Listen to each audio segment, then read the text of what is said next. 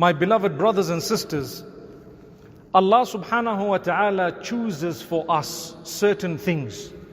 And Allah subhanahu wa ta'ala is the one who gives, and He is the one who can prevent someone from receiving. So everything is from Allah. When Allah gave prophethood, He chose those whom He intended to give prophethood very carefully, with the best amongst them being Muhammad sallallahu alayhi wasallam.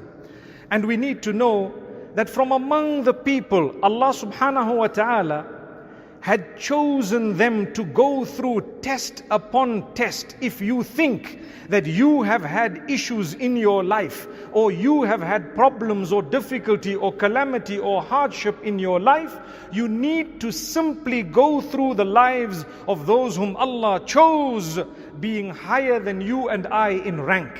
And those are the prophets of Allah subhanahu wa ta'ala. May Allah's peace and blessings be upon them. Remember, the Prophet Muhammad sallallahu alayhi wasallam says, the prophets of Allah are the ones who are tested the most. And after that, those who are closest to them, and then those who are closer, and so on. So if you're having a lot of challenges, but you're a believer, trust me, it's a good sign. Inna Allah idha ahabba abdan ibtalah. When Allah loves His slave, He tests him.